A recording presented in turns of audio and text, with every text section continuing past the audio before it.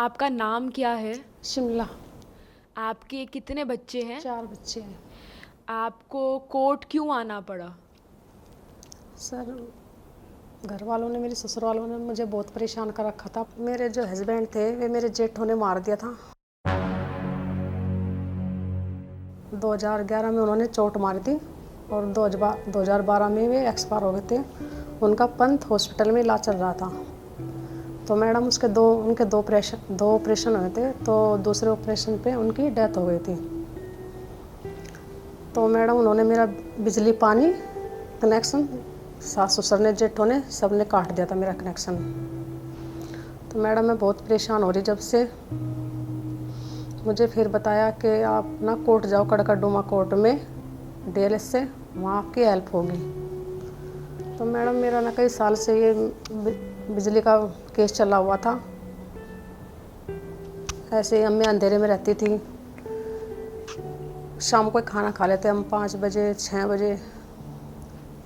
बच्चे भी बड़े परेशान थे पढ़ाई लिखाई के कि मम्मी रात को तुम काम नहीं कर सकते, दिन में कर सकते हैं। माँ कोई बात नहीं, मगर दिन में कर लो।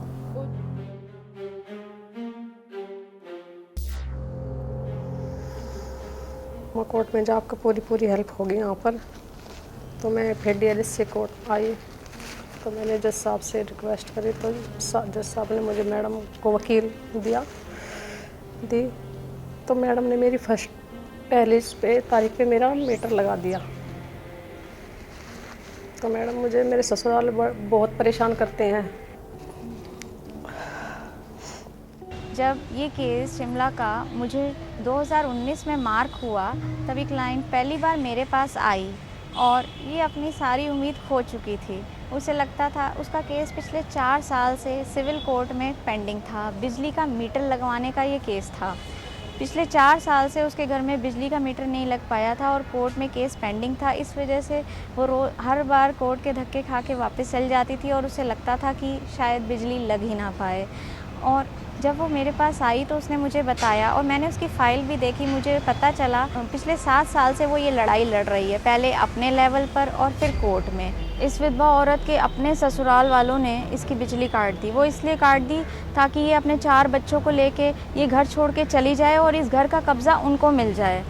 इस तरह की हरकत उसके साथ हुई और उसको इतना संघर्ष करना पड़ा उस घर में रहने के लिए। वो इस घर का कब्ज़ा नहीं छोड़ना चाहती थी क्योंकि वो अपने बच्चों को लेके जाए तो कहाँ जाए। और वो मजबूर हो गई कि इस घर में बिना बिजली के रहे। 7 साल से उसका ये संघर्ष चलता रहा। और उसके बाद जब हमने इस केस को देखा, मैंने उसको पूरी उम्मीद दिलाई और पूरा आश्वासन दिया कि तुम्हारा पहली ही तारीख में जो है बिजली का कनेक्शन मैं दिलवाने की पूरी कोशिश करूँगी।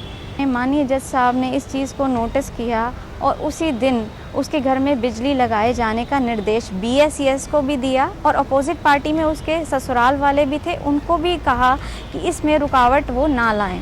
BSES वालों ने अगले ही तय तारीख पर उसके घर में बिजली का मीटर लगवा दिया। पुलिस एड भी वहाँ पे मौजूद थी। किसी तरह का कोई झगड़ा वगैरह नहीं हो पाया और आज वो औरत जो सारी उम्मीदें तोड़ के आई थी, सारे आशाएं छोड़ के आई थी, उसको बिजली का कनेक्शन मिला। अब वो बिजली का बिल हर महीने पे कर रही है, अपने बच्चों के साथ जीवन यापन कर रही है। जो सारे काम रोज़मर्रा के वो दिन में ही कर लेती थी, अब वो रात को भी कर सकती है। अब उसको भी 24/7 का मतलब समझ में आया है। वो दिन के 24 घंटों का प्रयोग कर सकती है।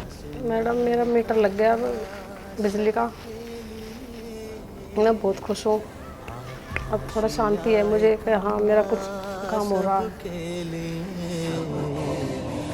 उल्लास न्याय का सबके लिए, विश्वास न्याय का सबके लिए,